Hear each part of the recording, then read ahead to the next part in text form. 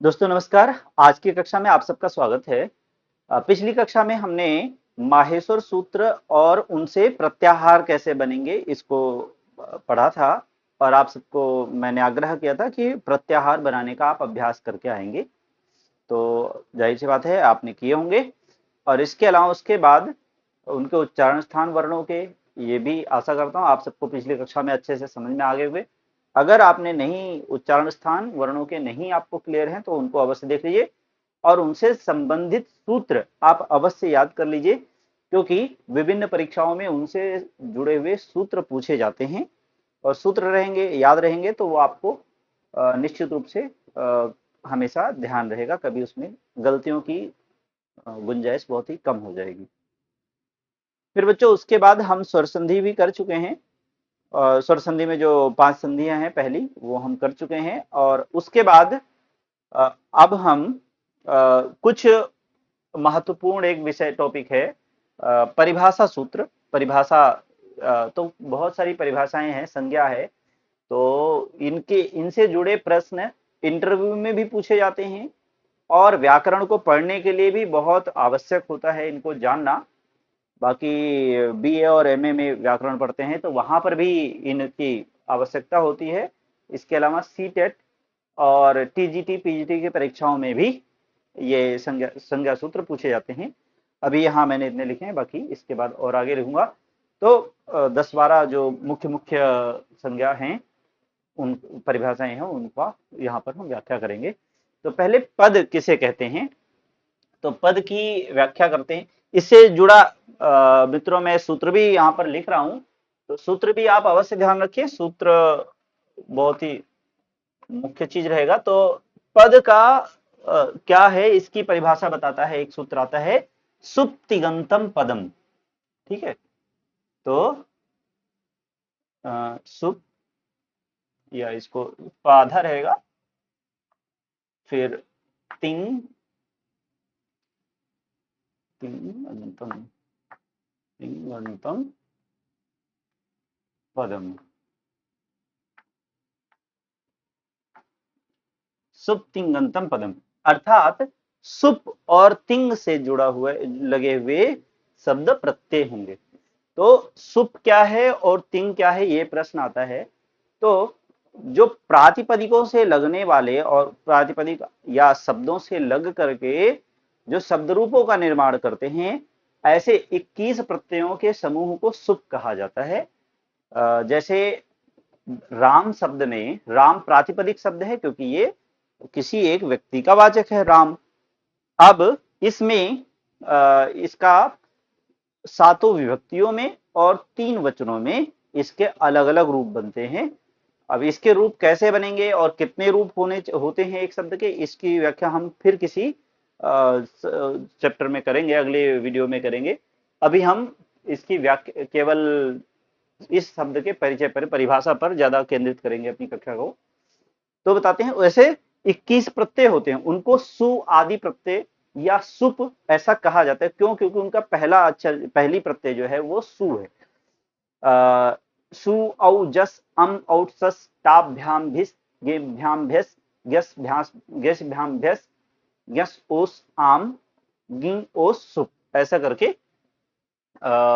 ये 21 प्रत्यय होते हैं जिनसे कि शब्द रूप हमारे बनते हैं। जैसे राम एक शब्द है, प्रातिपदिक है और उसमें सु प्रत्यय लग गया। सबसे पहला प्रत्यय सु है, प्रथम विभक्ति एक वचन का, वो लग करके राम सु बन गया। राम सु, फिर सु का ये रूप सिद्धि में हम आगे पढ़ेंगे। तो सु से ही इसका उ गायब होता है, शाह से फिर विसर्ग हो जाता है और विसर्ग से फिर ये रामः शब्द बन जाता है, जो कि ये राम और सु प्रत्यय लग करके रामः बनता है। बालक और सु प्रत्यय लग के बालकः बनता है। राम और औ यह प्रत्यय लग करके रामो बनता है। तो इस ये कैसे बना, इसकी हम रूप सिद्धि फिर आगे के कक्षाओं में देखेंगे। अभी केवल हम इसकी परिभाषा देख रहे हैं। तो सुप किसे कहते हैं? 21 प्रत्ययों के समूह को सुप कहते हैं। और तिंग किसे कहते हैं? जिस तरह प्रातिपदिकों से लग करके शब्द रूपों का निर्माण करते हैं, उन्हें सुप कहते, उसी तरह तिंग प्रत्यय होते हैं, ये लकारों के लिए होते हैं, ये क्रिया में लगते, क्रिया बनाते, क्रिया के रूपों का निर्माण करते हैं और यह धातुओं से लगते हैं। इनको तिंग कहा जाता है। इसको भी हम, तिंग क्या है, सुप क्या है, जब हम अलग से शब्द रूप वाला चैप्टर पढ़ेंगे तब इसको पढ़ेंगे, और धातु रूप वाला चैप्टर पढ़ेंगे तब हम इसको, तिंग क्या है और कितने होते हैं, कैसे होते हैं, इनका रूप क्या है, ये सब हम तब चर्चा करेंगे इसके विस्तार से। सुप और तिंग लगे हुए शब्दों को हम पद कहते हैं। और एक और सूत्र है, अपदम ना प्रयुंजीत, अर्थात बिना पद का कोई भी शब्द या कोई भी जो पद नहीं है, जिसकी पद संज्ञा नहीं हो गई है, वह हम अपने संस्कृत भाषा में प्रयोग नहीं कर सकते हैं। ना प्रयुंजित, नहीं प्रयोग कर सकते हैं। अपदम, पद का ही प्रयोग करेंगे, अर्थात जिसमें कोई भी प्रत्यय आदि लग जाता है वह फिर पद बन जाता है, फिर उसका ही प्रयोग कर। जैसे हमने एक वाक्य है, राम रावणम बाणेन हतः, तो इसमें देखेंगे तो राम में सुप्रत्यय लगा हुआ है, रावणम में सुप्रत्यय लगा हुआ है, बाणेन में सुप्रत्यय लगा हुआ है, हतः में तिंग प्रत्यय लगा हुआ है। तो सारे ही शब्द जो इसमें आए हैं इनको पद कहा जाएगा और इनकी पद संज्ञा होकर के ही इनका प्रयोग हुआ है। तो ये हमारा हो गया सुप तिंगंतम पदम। फिर बच्चों इसके बाद हम अगले उस पर आते हैं, वृद्धि किसे कहते हैं। हमने स्वर संधि में पढ़ा भी है, एक बार हम फिर से देख लेते हैं। इसका सूत्र जो है वो भी ध्यान रखना बहुत जरूरी है, वृद्धि रादैच, वृद्धि रादैच, ठीक है। वृद्धि रादैच अर्थात वृद्धि आद ऐच से बनी है। विसर्ग, जो वृद्धि का विसर्ग है वही रा बन जाता है। और आद ऐच, इसमें आद ऐच में दो चीजें हैं, क्या क्या हैं, आ, आई और औ। आ, आई, औ, ये तीन वर्ण जो हैं ये वृद्धि संज्ञक वर्ण होते हैं। वृद्धि क्या होती है, तो वृद्धि ये तीन वर्ण होते हैं। आपसे मैंने पहले ही बताया कहां कहां पूछे जा सकते हैं, तो उस दृष्टि से आप इसको ध्यान रखिए, सूत्र का ध्यान अवश्य रखिए। आद ऐच, आपने प्रत्याहार अगर पढ़े हैं तो उसमें देखें ऐच प्रत्यय का आत मतलब हो गया, इसमें आद ऐच दो शब्द जुड़े हुए हैं। तो आद मतलब हो गया आ, और ऐच मतलब हो गया ऐ औच, ऐ औ। ऐच एक प्रत्याहार हो गया और ऐच में दो वर्ण आएंगे, ऐ और औ। फिर इसके बाद बच्चों अगला है, एक हम गुण संज्ञा पर आते हैं। तो गुण किसे कहते हैं, तो गुण के लिए सूत्र आता है अदेंग गुण, अदेंग गुण, यानी अत और एंग जो है इसको गुण कहेंगे। अद फिर जैसे इसमें आद हमारा दीर्घ आ था, इस तरह अद क्या है, इसको ह्रस्व आ को अत कहते हैं, अद। और एंग, एंग प्रत्यय में दो वर्ण आते हैं, कौन कौन से आएंगे, प्रत्याहार में अगर हम जाते तो ऐ उण री रिक ए ओंग, ए ओ। एंग प्रत्याहार में दो वर्ण आएंगे, ए और ओ। तो इस तरह से ये तीन वर्ण हमारे गुण संज्ञक होंगे, अदेंग गुण, इस सूत्र से आएंगे। फिर हम आगे आते हैं, सवर्ण संज्ञा क्या होती है। तो हम जब पहले देख चुके हैं क्या होती है, जिन वर्णों के उच्चारण स्थान 5 होते हैं, उच्चारण स्थान और उन पर लगने वाले आभ्यांतर प्रयत्न क्या होते हैं, समान होंगे, वो वर्ण सवर्ण कहे जाएंगे। जैसे क ख ग घ अंग, ये पांचों वर्ण जो हैं इनका उच्चारण स्थान एक है, समान है, कंठ है, और इन पर लगने वाला जो आभ्यांतर प्रयत्न है वह भी समान है, इसलिए ये सब सवर्ण कहे जाएंगे। ठीक है, तो सवर्ण का क्या है, इसका भी सूत्र है, तुल्यास्य, तुल्यास्य अस्य प्रयत्नम, तुल्यास्य प्रयत्नं सवर्णम, प्रयत्नं सवर्णम, यानी अस्य तुल्य प्रयत्नम सवर्णम, जिसका प्रयत्न आदि समान है, तुल्य अर्थात समान, तो जिनके वो वर्ण कौन से होंगे? सवर्ण वर्ण होंगे। सवर्ण किन्हें कहेंगे? जिनका प्रयत्न और और उच्चारण स्थान आदि समान है, वो वर्ण सवर्ण कहलाएंगे। फिर मित्रों इसके बाद अगला है संयोग। तो संयोग संज्ञा किसे कहेंगे? एक सेकंड,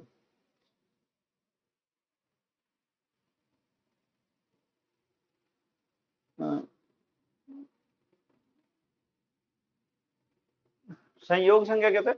तो संयोग का एक सूत्र है मित्रों, हलो अनंतरा संयोग। हलो ये अवग्रह है मित्रों, ठीक है। हलो अनंतरः संयोगः, संयोगः। तो बच्चों कुछ ऐसे वर्ण होते हैं, कुछ ऐसे वर्ण जिनमें जहां पर हलों के बीच में कोई स्वर ना आ रहा हो, ठीक है। तो जहां पे हलों के बीच में कोई अंतर ना हो, हलो अनंतरः, ऐसे वर्णों की संयोग संज्ञा होती है या संयुक्त संज्ञा, उनको संयुक्त संज्ञा भी कह देते हैं। जैसे मान लीजिए इंद्र एक शब्द लिखा हुआ है, इंद्र, इंद्र शब्द लिखा हुआ है, तो आप देखेंगे इंद्र में ई एक स्वर है, लेकिन न, द और र, इन तीन वर्णों के बीच में, इसको अगर हम वर्ण विच्छेद करके लिखेंगे तो न, द, र, इन तीन वर्णों के बीच में आप देखेंगे कोई स्वर नहीं है। र से पहले कोई स्वर नहीं है, द के पहले और बाद में कोई स्वर नहीं है, ना के बाद में कोई स्वर नहीं है। तो ना, द, र, इन तीनों की संयोग संज्ञा हो गई और इनको हम संयुक्त वर्ण कहेंगे, इसको हम संयुक्त वर्ण कहेंगे। जैसे वर्णमाला पढ़ते हुए हमने ज्या, क्ष, त्र, ये सब संयुक्त वर्ण हमने पढ़े थे। तो उसी तरह से ये संयुक्त वर्ण ही होते हैं, इनको संयोग, हम संस्कृत व्याकरण की भाषा में इनको संयोग कहते हैं, इनकी संयोग संज्ञा होती है। इसका सूत्र है हलो अनंतरा संयोग, यानी हलों के बीच में जहां पर स्वर का व्यवधान नहीं होता, यानी जहां स्वर नहीं आते दो हलों के बीच में। हल और अच, इसका ध्यान रखिएगा, अच कहते हैं स्वरों को और हल कहते हैं व्यंजनों को। फिर इसके बाद अगला एक और है, वो है संहिता। तो संहिता किसे कहते हैं? तो इसका सूत्र है मित्रों, परः सन्निकर्षः संहिता, परः सन्निकर्षः संहिता, संहिता, यानी जो अन्य के, परः अर्थात अन्य, तो जो अन्य के संघर्ष, अन्य के, सॉरी, परस्पर मतलब परस्पर, जो एक दूसरे के सन्निकर्ष, अत्यंत निकटता हो, सन्निकट हो, ऐसे ऐसे स्वरों की, ऐसे वर्णों की संहिता संज्ञा होती है। और कोई भी संधि करने के लिए हमें वहां पर संहिता संज्ञा उसकी करना आवश्यक होती है। संहिता संज्ञा होने के बाद ही फिर उनमें संधि हो पाती है। तो जैसे इसका उदाहरण देखते हैं, जैसे मान लीजिए एक आपके सामने एक शब्द है विद्या आलय, विद्या और आलय, ये एक शब्द है। तो आप देखेंगे यहां विद्या का अंतिम अ और आलय का, विद्या का अ और आलय का आ, इन दोनों के बीच में अत्यंत निकटता है, अत्यंत समीपता है। तो इन दोनों की जो समीपता है, इसके कारण इनकी संहिता संज्ञा हो गई, और संहिता संज्ञा होने के बाद फिर इनमें संधि संभव है और दीर्घ संधि होकर के ये आ बन जाते हैं। तो दीर्घ संधि करने के लिए संहिता संज्ञा होनी आवश्यक है। तो ये होती है संहिता संज्ञा। और इसके बाद फिर हम चलते हैं और भी कुछ और भी संज्ञाओं पर चलते हैं। तो मित्रों, इनका सूत्र भी अवश्य ध्यान रखिएगा, क्योंकि बिना सूत्र के आपको ये ध्यान नहीं रहेंगे। सूत्र और उन सूत्रों का अर्थ क्या है, ये दो चीजें बहुत महत्वपूर्ण होते हैं संस्कृत व्याकरण पढ़ते में।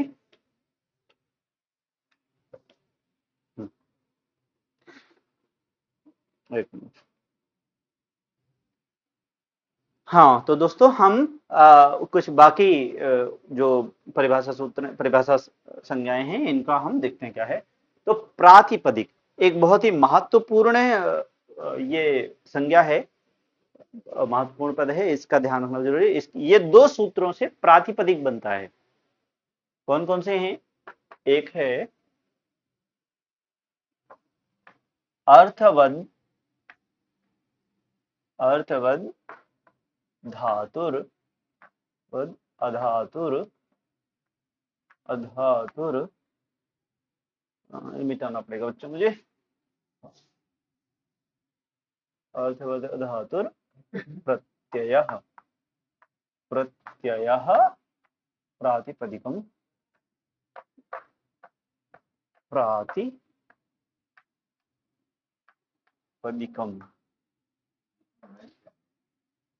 तो मित्रों, जैसे देखिए यहाँ पर, एक सेकंड, हाँ ठीक। अर्थवद अधातुर, यहाँ देखेंगे द में द पूरा है, यानी इसमें अ जुड़ा हुआ है। तो अर्थवद अर्थात जो अर्थवान है।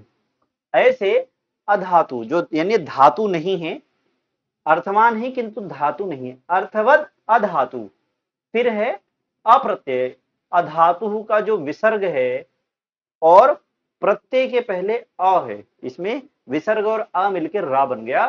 तो अर्थवद अधातुर अप्रत्यय, यानी ऐसा जो अर्थवान भी है और धातु भी नहीं है और प्रत्यय भी नहीं, यानी बिना धातु और प्रत्यय का अर्थवान कोई भी शब्द होगा उसको प्रातिपदिक कहेंगे। कोई भी शब्द प्रातिपदिक कहेंगे हम जो अर्थवान हो और वह धातु भी ना हो और प्रत्यय ना हो। जैसे एक शब्द आया राम, तो राम किसी व्यक्ति का, किसी का वाचक है, किसी का वाचक होने के कारण, व्यक्तिवाचक होने के कारण इसको हम प्रातिपदिक कहेंगे। और यह अर्थवान है, किसी का व्यक्तिवाचक है इसलिए अर्थवान है, और ये धातु नहीं है राम, और प्रत्यय भी नहीं है, इसलिए इसको हम प्रातिपदिक कहेंगे।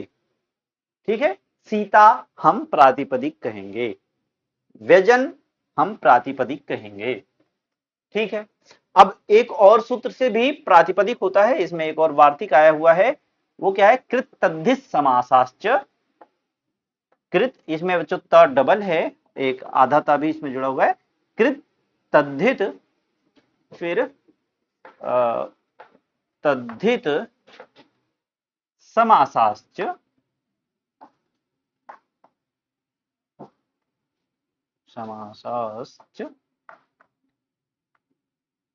समासाश्च एक और सूत्र भी, इस सूत्र के द्वारा प्रातिपदिक एक और प्रकार से भी बना हुआ है। कौन कौन से प्रकार? उसमें क्या क्या चीजें हैं? उसमें है कृत प्रत्यय वाले शब्द, यानी जिन शब्दों में कृत प्रत्यय लगा हुआ है वह भी प्रातिपदिक होंगे।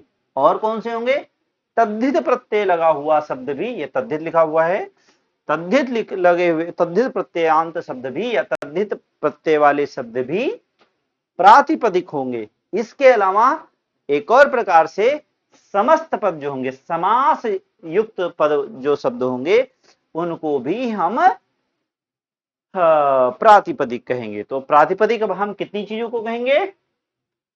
कोई भी अर्थवान शब्द हो जो धातु ना हो और प्रत्यय ना हो, उनको हम प्रातिपदिक कहेंगे।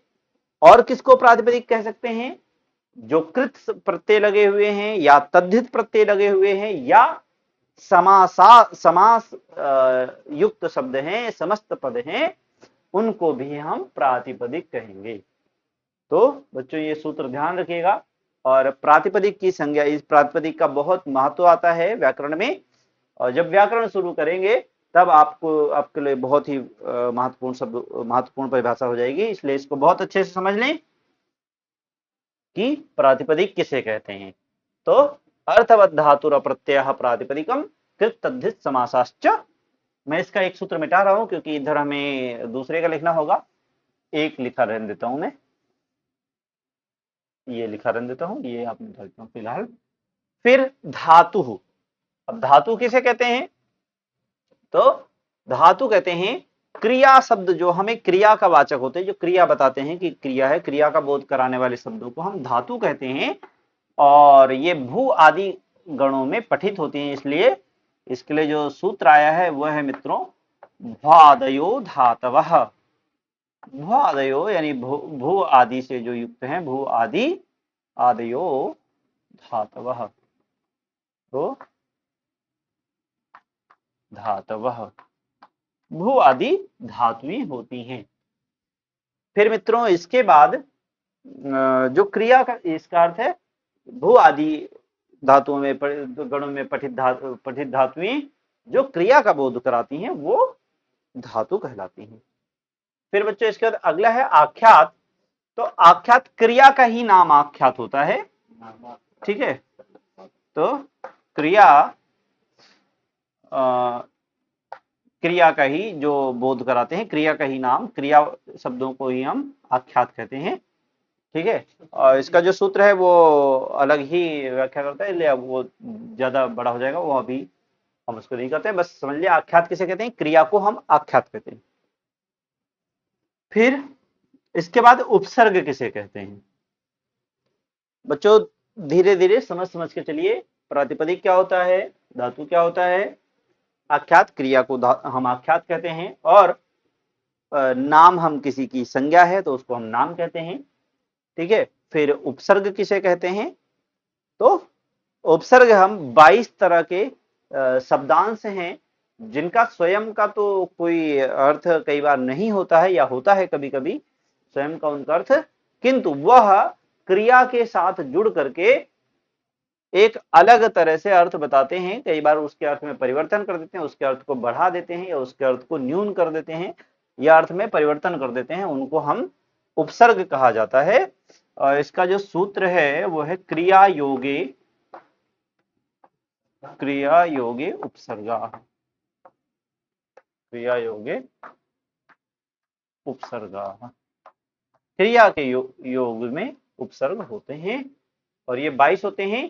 प्र परा अप अप अव अनु निस निर दुर दुस, इस तरह से करके 22 उपसर्ग होते हैं। उपसर्गों का हम अलग एक कक्षा करेंगे तो उसमें इनको भी डिटेल मिलेंगे। और ये धातुओं को भी हम आगे पढ़ेंगे सही से, आख्यात को भी पढ़ेंगे, प्रातिपदिक को भी पढ़ेंगे, और उपसर्ग को भी हम पढ़ेंगे। तो अभी हम इसकी व्याख्या पर ध्यान, इसका परिभाषा पर ध्यान देंगे। क्या है? तो क्रिया योगी उपसर्गा 22 तरह के प्रत्यय होते हैं, प्र परा अपसम निस निर दूर दुस, इस तरह के। जैसे एक हम उदाहरण लेते हैं, जैसे हरति एक क्रिया है। ठीक है, इसी में प्र लग गया तो हो गया प्रहरति, अर्थ बदल गया थोड़ा सा। ठीक है, वो प्रहार करता है। फिर संहरति, उसका हरण कर लेता है, ये हो गया। हरति का मतलब भी हरण, संहरति मतलब भी हरण करता है। ठीक है, संहरति मतलब उसको मार देता, सॉरी, संहरति मतलब उसको मार देता है। ठीक है, विहरति अर्थात घूमता है। ठीक है, और उद्धरति उसको उद्धार करता है, उठाता है। तो इस तरह से इसके अर्थ में ये परिवर्तन कर देता है बच्चों, इसी को हम उपसर्ग कहते हैं। और उपसर्गों के बाद फिर अगला है, आता है अव्यय। तो अव्यय क्या होता है? ये ये भी एक बहुत महत्वपूर्ण विषय है।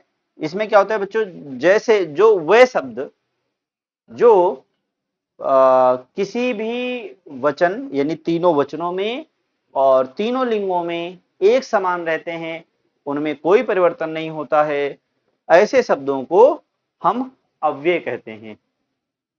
ठीक है, तो एक सेकंड, अव्यय कहते हैं अव्यय, एक सेकंड, और ये होते क्या है, ये कुछ निपात भी होते हैं और स्वरादि निपातों को अव्यय कहा जाता है। इसका हम अलग से कक्षा करेंगे, तो तब इसको देखेंगे, और काफी इम्पोर्टेंट टॉपिक होता है। और अव्यय से जुड़े हुए तो बहुत सारे प्रश्न सभी जगह पाए जाते हैं, सभी परीक्षाओं में पाए जाते हैं। इसका जो स्वरादि निपाता, निपातम अव्ययम, निपातम अव्ययम। तो जो स्वरादि और निपात होते हैं, स्वर, कुछ स्वर होते हैं, कुछ स्वरादि होते हैं और निपात होते हैं, वो अव्यय कहलाते हैं।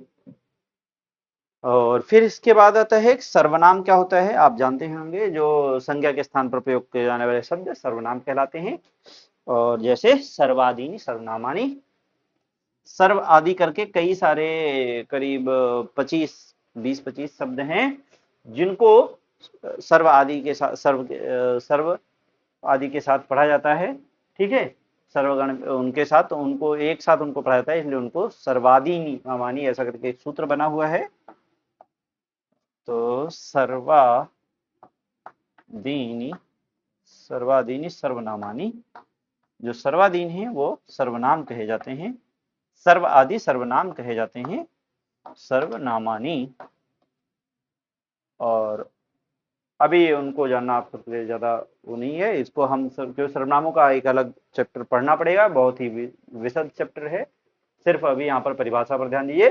तो सर्वनाम किसे कहते हैं, जो संज्ञा के स्थान पर आने वाले शब्द होते हैं उनको सर्वनाम कहा जाता है। जैसे यह, सह, किम, तद, एतद, ये सब सर्वनाम हो गए। फिर इसके बाद एक और जो व्याकरण की दृष्टि से बहुत महत्वपूर्ण विषय है, वो महत्वपूर्ण संज्ञा है, वो है टी। तो टी क्या होता है, अचो अंत्याद टी, इसका एक सूत्र है, इसको समझना भी जरूरी है बच्चों। अचो अंत्याद, अंत्याद,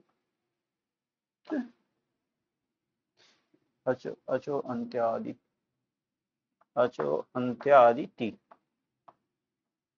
तो जो अचों, अच से लेकर के और अंत तक होता है उसको टी कहते हैं। मैं यहाँ पे थोड़े मिटा देता हूँ।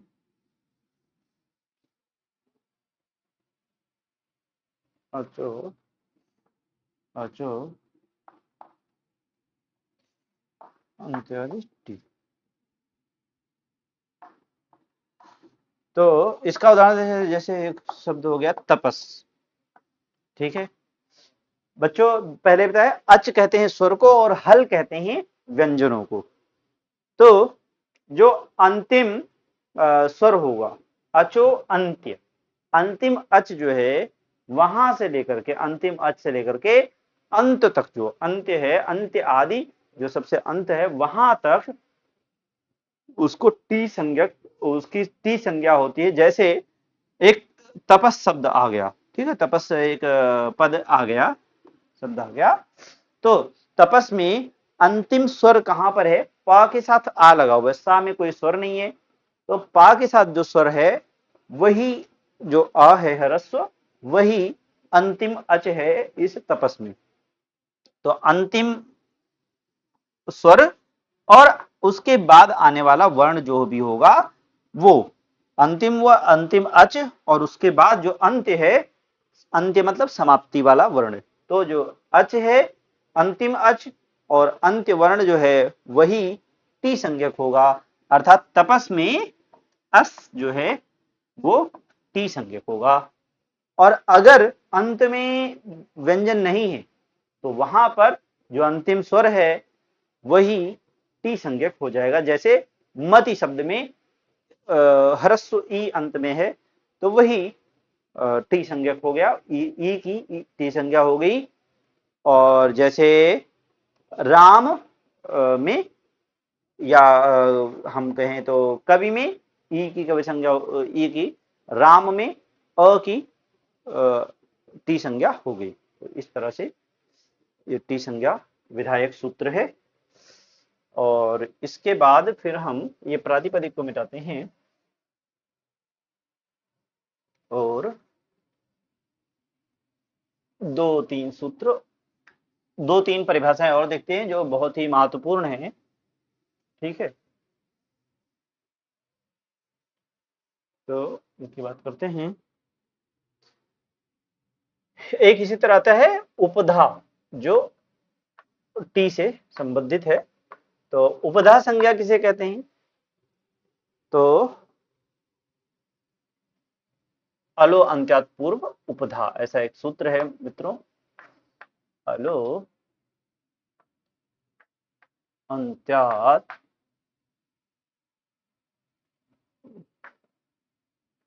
पूर्व उपधा। तो अंतिम अल, अल क्या होता है बच्चों? तो कोई भी स्वर या व्यंजन जो होगा वो अल कहा जाएगा। जैसे जो वर्णमाला हम माहेश्वर सूत्र हमने पढ़े थे, तो उसमें क्या था, प्रारंभ जो है वो अ से होता था और अंतिम जो है समाप्ति सससर हल पर होती थी। अल में सभी स्वर और व्यंजन गणित होते हैं। तो अंतिम अल जो है, अल से अंत्यात, अंतिम अल से लेकर के अंतिम अल से अलो अंत्यात पूर्व, उससे पहले अंतिम अल से पूर्व जो होगा उसकी उपधा संज्ञा होगी। जैसे यहां पर जो तपस शब्द है, इसमें अंतिम अल क्या है, अंतिम स्वर या व्यंजन क्या है? तो वो श है। तो इससे पूर्व का जो वर्ण होगा उसकी उपधा संज्ञा होगी। तो अंतिम वर्ण इसमें बच्चों सा है, और इससे पूर्व क्या है? तो इससे पूर्व जो वर्ण है वो है आ।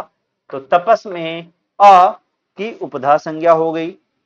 इसी तरह मति में, मति की उपधा संज्ञा क्या होगी? तो मत में अंतिम स्वर क्या, अंतिम स्वर या व्यंजन क्या है? ह्रस्व ई है। जैसे हम मति लिखें तो म लिखेंगे, फिर अ लिखेंगे, फिर त लिखेंगे हलंत, फिर ह्रस्व ई लिखेंगे। तो इसमें जो अंतिम अल है वो ई है, और इससे पूर्व जो है वो ता है। तो इस ता की उपधा संज्ञा हो जाएगी। ठीक है, इसकी ता की उपधा संज्ञा हो जाएगी। तो अलो अंत्यात पूर्व अल से, अंतिम अल से पूर्व जो होगा उसकी उपधा संज्ञा होती है। ये उपधा संज्ञा विधायक सूत्र हो गया। फिर इसके बाद बच्चों एक और सूत्र आता है और वो है परगृह्य। तो परगृह्य संज्ञक सूत्र, परगृह्य क्या होता है? तो इसका सूत्र है ईदुदे, ईदुदे द्विवचनम, द्विवचनम। ये बच्चों जब व्याकरण आप पढ़ेंगे तो व्याकरण में बहुत ही महत्वपूर्ण है ये सारे सूत्र। ठीक है, ये परिभाषाएं अगर कोई व्याकरण नहीं पढ़ा है या अगर नहीं पढ़ने वाला तो उसके लिए अभी नहीं समझ में आएगा कि ये है क्या। किंतु हम इस दृष्टि से तैयारी कर रहे हैं कि आप टीजीटी पीजीटी की परीक्षा देने जाएं तो भी आपको ये सब मदद करें, तो आपको कठिनाई का सामना ना करना पड़े। तो इसलिए सब काफी काम के विषय हैं। अब देखते हैं ये क्या है। ई अर्थात हो गया दीर्घ ईकारांत। जैसे शब्द हो गया नदी, तो दीर्घ ईकारांत शब्द है। ठीक है, और ठीक है, ईकारांत हो गया। और ये यहां पर दीर्घ उ लगा हुआ है, तो दीर्घ उकारांत, यानी जिस शब्द के अंत में दीर्घ उ है। ठीक है, और ए लिखा है यानी कि ए, तो जिस शब्द के अंत में ए है और वो शब्द द्विवचन में है, तो वो बच्चों यहाँ पे एक शब्द रह गया, परिगृह्यम दिया रहेगा। ये सूत्र तब पूरा होगा, द्विवचनम परगृह्यम, परगृह्यम। ये ऐसे ही करके होगा, परिगृह्यम, बिंदी लगी रहेगी ऊपर या माँ लगा रहेगा, परगृह्यम। तो ई उ ए वाले शब्द जो होंगे, ईकारांत, उकारांत, एकारांत, और वो द्विवचन होंगे तो उनकी परगृह्य संज्ञा होगी। जैसे हरि शब्द का शब्द रूप अगर हम पढ़ते हैं तो हम देखते हैं हरि हरि हरयः, द्विवचन में देखेंगे तो हरि आता है, दीर्घ ईकारांत है, अर्थात वो परगृह्य संज्ञक हो जाएगा। ठीक है, वो उसकी परिगृह्य संज्ञा हो जाएगी हरि की। फिर क्यों द्विवचन का शब्द, वचन में हम देखेंगे और कुछ नहीं देखेंगे। इसी तरह पशु पशु पशवः होगा, तो पशु शब्द जो है दीर्घ उकारांत है, तो वो भी क्या हो जाएगा, परिगृह्य संज्ञक हो जाएगा। इस तरह से जैसे लता लते लताः, लते शब्द जो है एकारांत है, तो इसलिए ये भी परगृह्य संज्ञक हो जाएगा। इस तरह से बच्चों ये परगृह्य संज्ञक शब्द होते हैं जो ई उ ए कारांत होते हैं और द्विवचन में होते हैं। तो ये हमारी आज की कक्षा में हमने ये संज्ञा सूत्र देखे हैं। हमने कुछ संज्ञाएं परिभाषा सूत्र देखे हैं। इनके लिए अलग से प्रश्न कई बार रहते हैं और ग्रेजुएशन में और पोस्ट ग्रेजुएशन में आपके लिए काफी काम की चीज रहती है और टीजीटी पीजीटी एग्जाम के लिए भी बहुत महत्वपूर्ण चीज होती है। बाकी व्याकरण को आप विधिवत समझना चाहते हैं तो तब आपको ये पढ़ने ही पड़ते हैं। इसके बाद हम फिर अगली कक्षाओं में आप से आशा करते हैं कि आप प्रत्याहार बनाना और जो अपने माहेश्वर सूत्र थे उनको आप स्मरण कर लीजिए, इनको याद कर लीजिए, स्वर संधि को समझ लीजिए। फिर हम सर्वनाम शब्द रूप और धातु रूप पर फिर हम आगे चलते हैं। उसके बाद फिर हम सीधे व्यंजन संधि करके और वाक्य निर्माण पर चलेंगे। धन्यवाद मित्रों, नमस्कार। आज की कक्षा यहीं समाप्त करते हैं।